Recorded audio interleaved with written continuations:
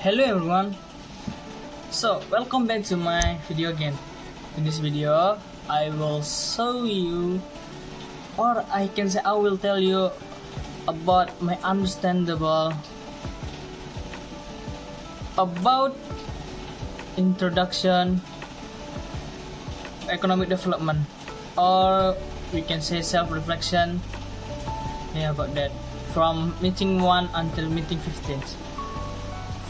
From meeting 1 until meeting 7, I guess. You can see the video in the link in the description. So I will say that I understand the material around from point 1 till 7. I can say that I understand in point 6. Okay, then let's begin the review. Okay, let's start from meeting 9. In meeting 9 we know about fiscal policy. This time about fiscal policy, the notion of fiscal policy according to the Kamus Besar Bahasa Indonesia has meaning in relation to the issue of taxation or state revenue in the economic concept. Fiscal policy is a policy taken by the government to maintain economic stability in the framework of regulating government revenue and expenditure or government spending. In practice, the government that carries out financial policy is headed by the president and operationally led by the treasury and related ministers. Fiscal policy objectives there are: the first one is increase income and economic growth. The second one is encourage the growth of employment so as to reduce unemployment. The third is price stability so that it can suppress inflation, and most importantly, the fourth is maintain economic stability. Okay, if we know about fiscal policy, then there are monetary policy. According to KBBI, funds are related to finance. In economic terms, monetary policy means that policy of the states, in this case fiscal authority, to maintain the economic stability of a country by regulating the circulation of money. Indonesian Central Bank is the implementer of monetary policy. The objective of monetary policy are three. The first one is maintaining the economic stability of the country. The second one is maintain balance of price stability and reduce inflation, and the third is encourage the growth of new jobs. Monetary policy instruments are three. The first one is discount policy, the second one is open market operating policy, and the third is cash reserve policy. Okay, that's it in midline. And the next. Okay, the next meeting is meeting 10. In meeting 10, we know about international trade policy. International trade policy in Indonesia is the government continues to maintain international trade performance while encouraging domestic demand. Considering that the Indonesian economy is expected to continue to face challenges both globally and domestically, Erlangga Hartarto, coordinating minister for the economy, explained effort to answer the challenge. First, the government started that it continues to focus on increasing export by releasing the manufacturing industry, which is expected to increase diversification added value and competitiveness of non-commodity export products. Second, the government is increasing investment and expected to grow further than economic growth. To be achieved this downside goal, domestic and international investment need encouraged through various measures that encourage investment in the country. These efforts include mitigating a negative investment list, or we know as OMI, encouraging investment program, providing tax exemption, improving case of business, performance and drafting legislation to build an investment is for ecosystem.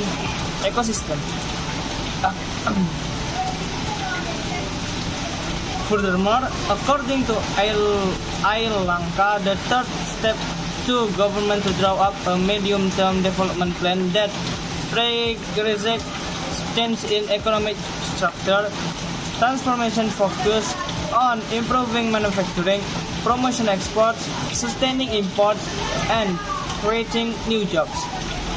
This is an important solution to overcome the middle-term trap, so that Indonesia becomes a high-income country.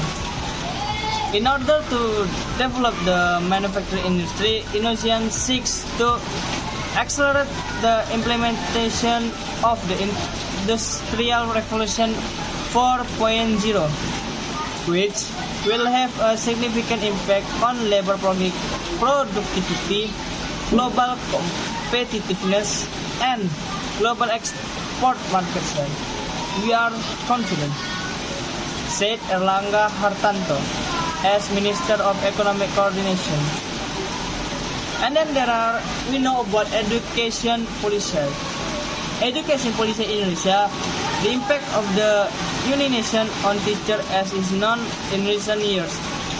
National exams have been held in all schools, from elementary to high school. UN material at every level is very dense and tends to only test the mastery of cognitive aspects only. In fact, learning in school has three aspects: cognition, emotion, and psychomotor. It can be said that the implementation of the UN,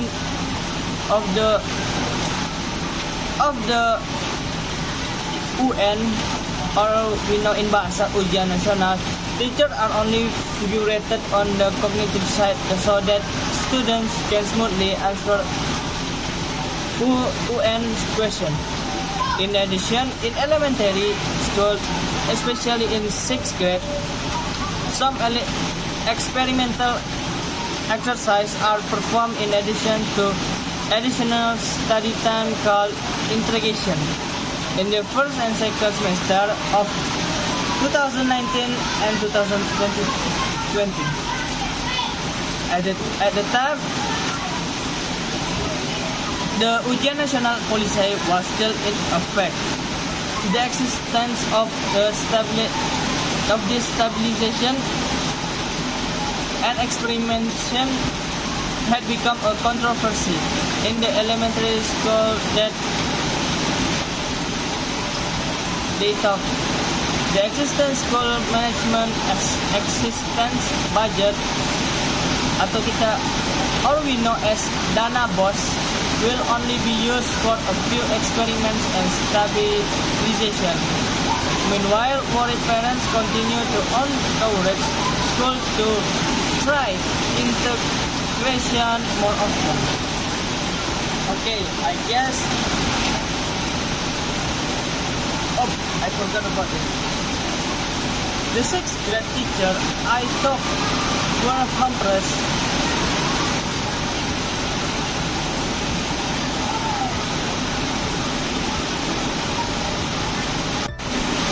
Okay, the next meeting is meeting 12.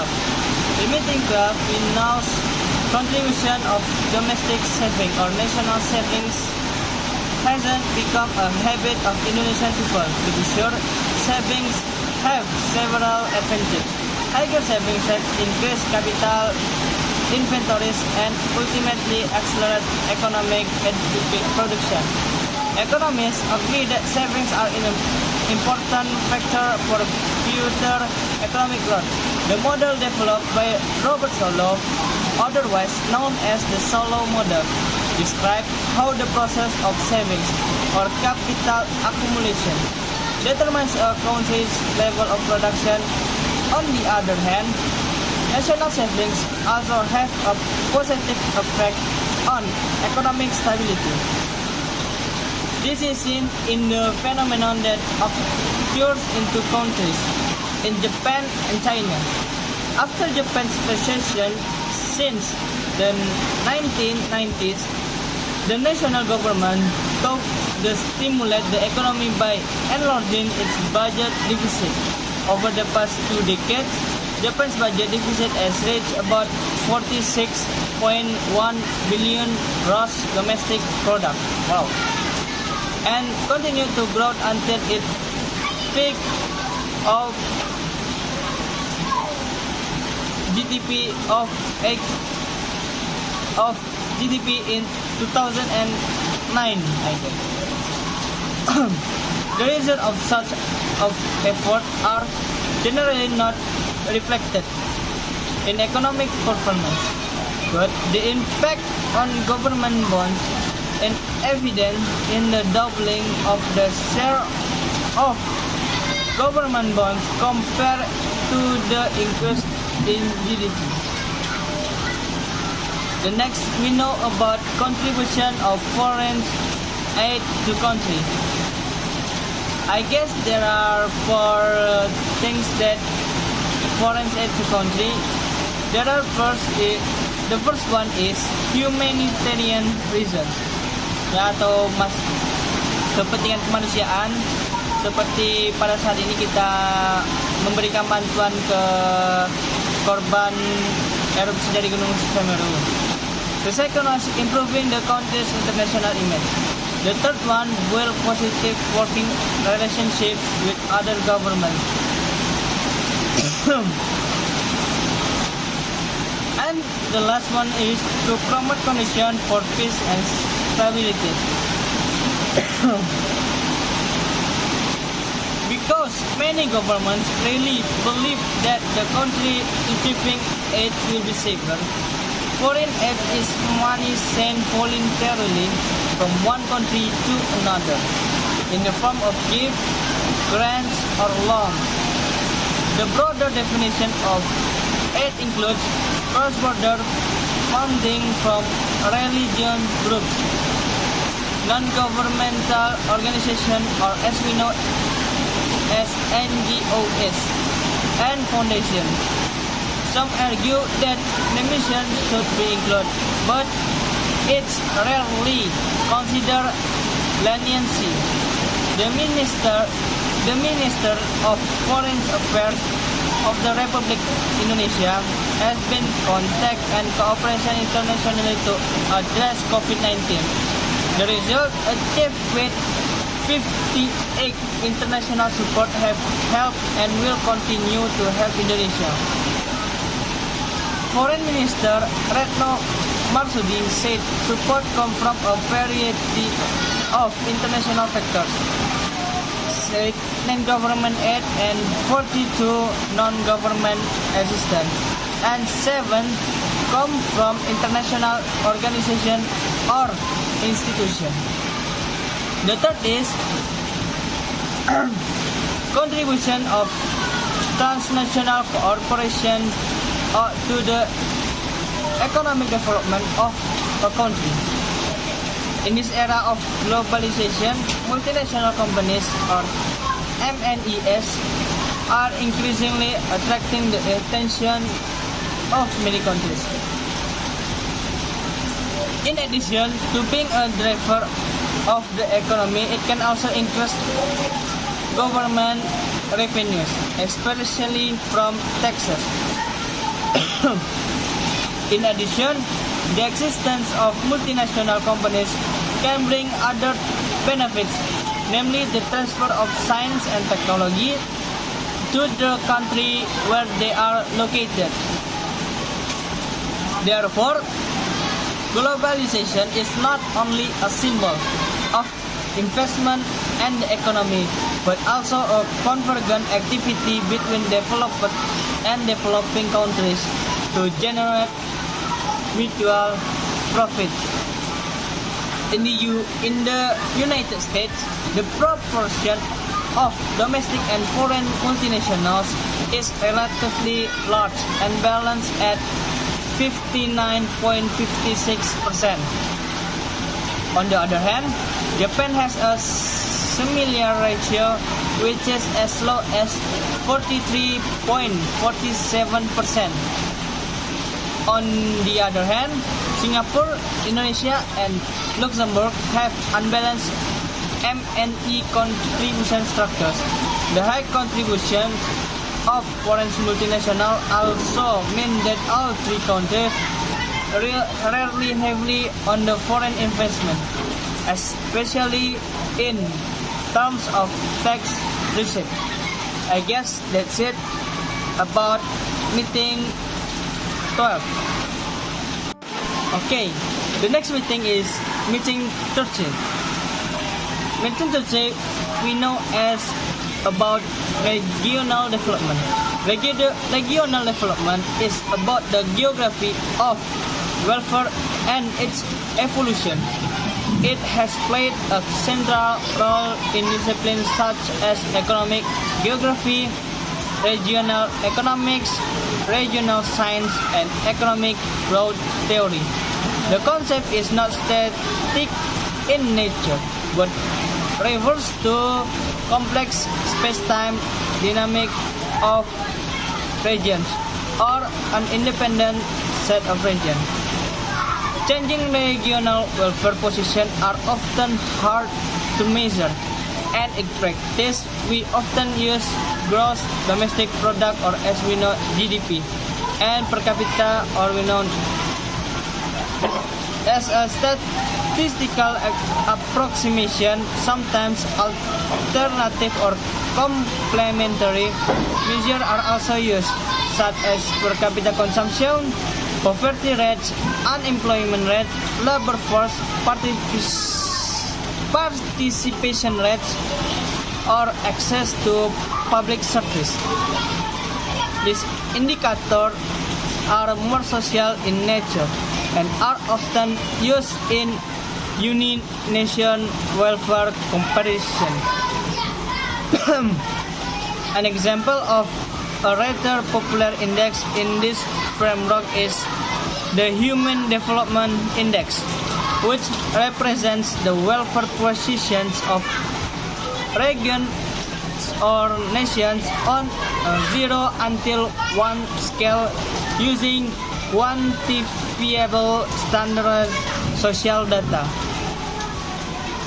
The motive to measure regional development are manifold, but a prominent argument all over the years is that welfare position of regions or nations might exhibit great disparities, which are often rather persistent in nature. This in turn translates into large disparities in living standards. For example, in 1960, the world's richest country had a per capita income that was 39 times greater than that of the world's poorest country. While by the year 2000, this gap had increased to 91. Areas in our world do not only have significant differences in welfare positions, but it also takes sometimes decades or more to eliminate them. As an illustration, we take here Tanzania, the world's poorest country in 2000, which experienced on average a modest growth rate of 0.6% per annum over the period 1960 until 2000. In order to reach the world average per capita income of $808,020 per annum at its current rate of growth, it will need another 4,085 years. Even if the annual growth rate were to increase to 1.8%, it would need 161 years to close the gap. In addition, if it were to grow at the rate of South Korea, the fastest grower over the period concerned, it could close the gap in just 49 years. Persistent spatial welfare disparities are a source of frustration for both economists and policy makers. That's it in the meeting 13. The next meeting is meeting 14. In meeting 14, we will know about agricultural development. Agricultural development is described as the process of creating the circumstance for agricultural potential to be realized. The accumulation of knowledge and the availability of technology, as well as the allocation of inputs and outputs, are among these conditions. Agricultural development creates the right circumstances for farming so that crops may be planted, harvested, and processed efficiently. Reducing poverty and saving lives, pest control methods are used as part of agricultural growth. Agricultural development is a process aimed at constantly increasing production to increase production for its consumer, which at the same time increase agricultural income and business productivity of each farmer by increasing capital and skills to participate in human intervention in the development of plants and animals. By A.T. Moser in his book Getting Agriculture Moving, that agricultural development is an inseparable part of economic development and society in general. Broadly speaking, agricultural development is not just a process or activity to increase production, but a process to produce social change in values, norms, behavior, institutions, social, and so on, in order to achieve economic growth and improve the welfare of farmers and society for the better. Agriculture is the main sector of producing industrial materials and that can be processed into clothing and boards that can be consumed as well as food. So, agricultural development is a part of economic development. According to the outlines of the direction of the state and the implementation of Pelita 2, the goal of agricultural development is the first one is increase food production for carbohydrate sufficiency, as well as improving people's nutrition through the provision of protein, fat, vitamins, and minerals. The second one is farmers' life level. The third one is increase the length of time that employees work in the farmer sector in terms of pay. The fourth is increase export while decreasing the impact of agricultural results. The fifth is increase the importance of industry development in order to produce more goods or a larger quantity of goods. The sixth one is helping and maintaining the sustainability of natural resources, as well as choosing and helping the environment. And the last is increase the rate of growth of village in a sustainable and timely manner in the context of regional development. Well, that's it about agricultural development in meeting 40. Okay, the last meeting is meeting 15. In meeting 15, we know about industrial development. Industrial development is an integral part of overall socio-economic development and is subordinate to it. In fact, the development will only succeed if it achieves the country's basic socio-economic goals. Industrial growth, on the other hand, is merely an increase in the number of businesses and wage earners. For example, not an end in itself, and it's not necessarily a sign of successful industrialization. In an economy where the modern sector is relatively isolated from the traditional sector, it's possible to achieve industrial growth without development. In such cases, the trickle-down effect is negligible, either because of internal structural rigidity or because financial, market, or technology decisions are made elsewhere, or because factory production facilities in developing countries are improperly used. Industrial growth within such economic excursions can have a negative impact on traditional sectors, food production, or even the environment. Therefore, planners need to make sure that growth is closely linked to development and that industrial sector plays a role in creating and sustaining socio-economic change. Now, the goals of the industrial development.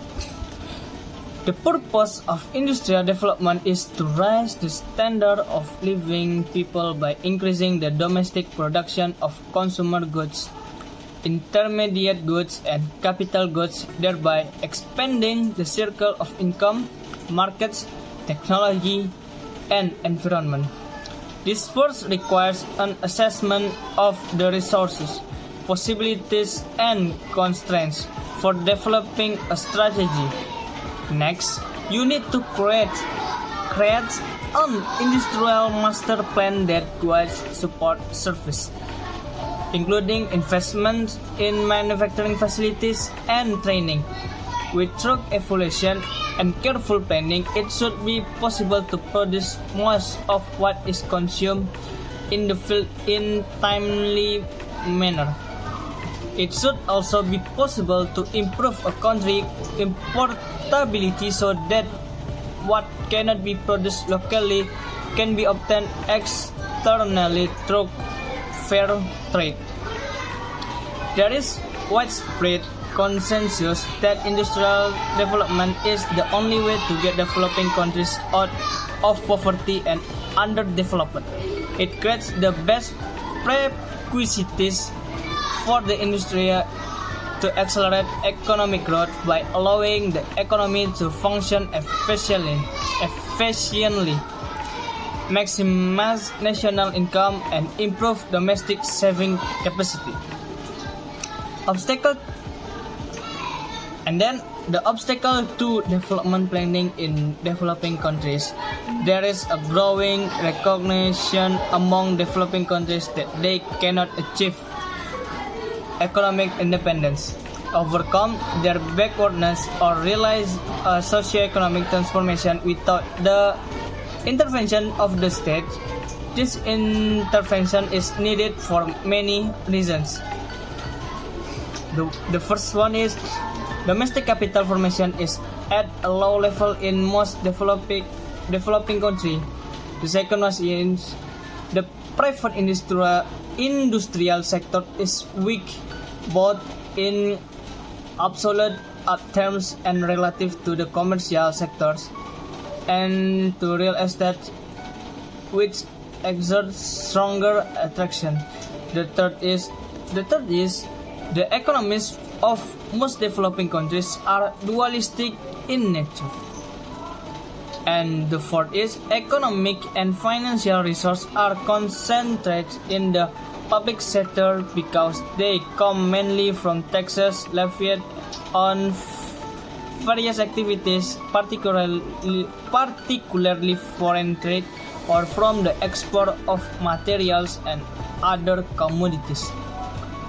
Therefore, it's only the state that can mobilize the financial resources to develop social and fiscal infrastructure and carry out large industrial projects where the payoff periods are likely to be long and where much of capital may have to be in foreign currency.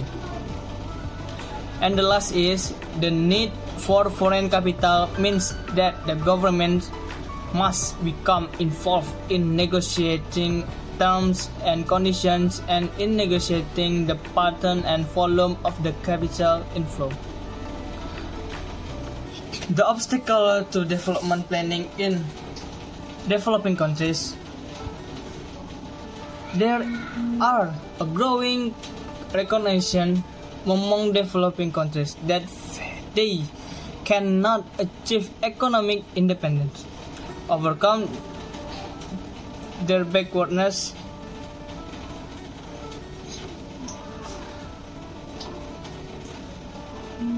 I think that's it about meeting 15. I guess that's all my understandable about introduction economic development from meeting 1 until 15. So if there is many wrong words or wrong, what can I say, ethic for me, I'm sorry. Thanks for watching my video and see you in next video. Bye.